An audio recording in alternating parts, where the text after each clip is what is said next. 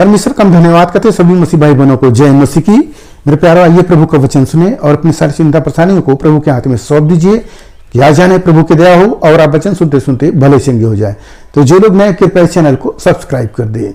तो यहाँ पर मैं वचन लाया हूं, आपसे एक सवाल है कि उस सवाल को आप समझिए। परमेश्वर तक जाने का मार्ग कौन सा है? कौन ऐसा मार्ग है जो हम परमेश्वर के पास पहुंच सकते हैं?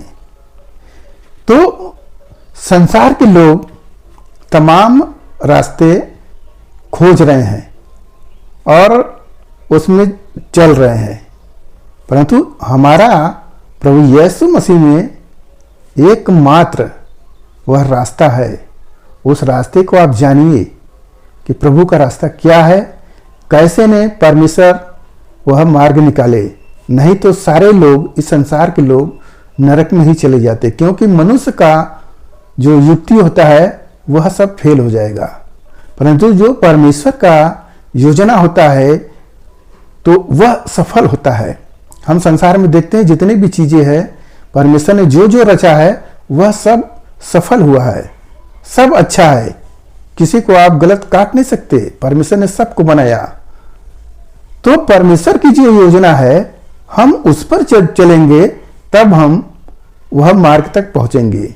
जो मार्ग संसार खोज रही है कि हम कैसे स्वर्ग जा सकते हैं, कैसे अनंत जीवन जा सकते हैं, कैसे हम पा सकते हैं वो सब चीज, कैसे पिता के पास हम जा सकते हैं, तो वह मार्ग का वचन हम पढ़ते हैं। आप लोग उसको ध्यान से सुने, प्रभु आपको आशीष देंगे। यहां पर यूहन्ना की किताब अध्याय 14 और वचन 6, यीशु ने उनसे कहा, मार्ग और सत्य और जीवन मैं ही हूं। बिना मेरे द्वारा कोई पिता के पास नहीं पहुंच सकता। एकदम स्पष्ट रूप से बता दिए कि कोई भी व्यक्ति पिता के पास नहीं पहुंच सकता जब तक कि यीशु मसीह को आप अपनाएंगे नहीं, क्योंकि हर एक व्यक्ति पाप किया है और पाप में वह स्वर्ग नहीं जा सकता। तो पहले आपका पाप का क्षमा होना जरूरी है। तो पाप का क्षमा कहां होगा? लोग सोच रहे हैं कि गंगा में डुबकी लगा लेंगे तो हमारे पाप क्षमा हो जाएंगे। कुछ लोग सोच रहे हैं कि हम दान दक्षिणा दे देंगे, भोज करा देंगे, खाना खिला देंगे तो उससे हमारा पाप क्षमा हो जाएगा, या हम अपने घर किसी प्रकार का कथा करवा लेंगे तो उससे पाप क्षमा हो जाएगा। ऐसी योजना मनुष्यों की है, परमेश्वर की यह योजना नहीं है।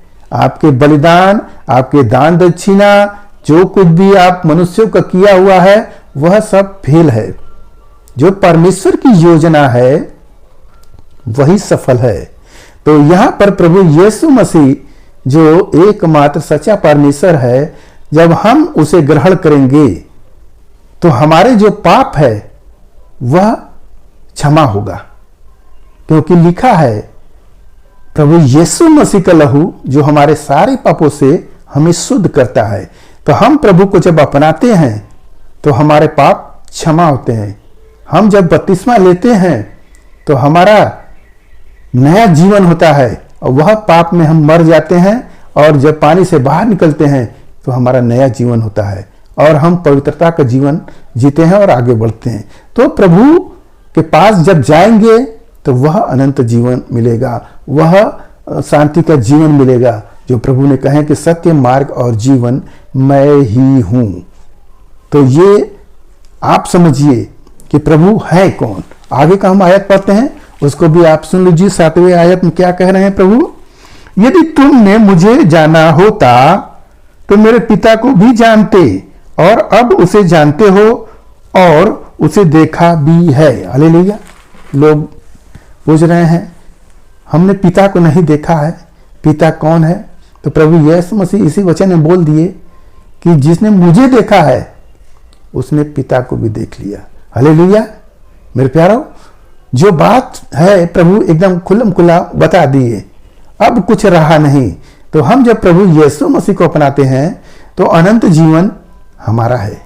अगर हम युक्तियां करें कि हम जंगल में जाकर और वहां पर तपस्या करेंगे, या हम माला फेरेंगे, या हम किसी और तरीका लगाएंगे, वह तरीका मनुष्यों का है, परमेश्वर की योजना नहीं है। हमें परमेश्वर ने इसलिए बुलाया अनंत जीवन देने के लिए, और हमारा पाप क्षमा करने के लिए, और हमें वह पवित्रता का जीवन जो प्रभु दिए हैं दूसरों को भी देने के लिए प्रभु हम सबको खड़ा किए हैं कि दूसरों को भी बचाओ, जैसे तुम बचे दूसरों को भी बचाओ। इसलिए प्रभु ने हम सबको बुला रहे हैं। हालेलुया। तो मेरे प्यारे, आज के इस वचन से जो कुछ भी मिला उस पर ध्यान करें, प्रभु आपको आशीष देंगे। आइए आपके लिए हम प्रार्थना करें।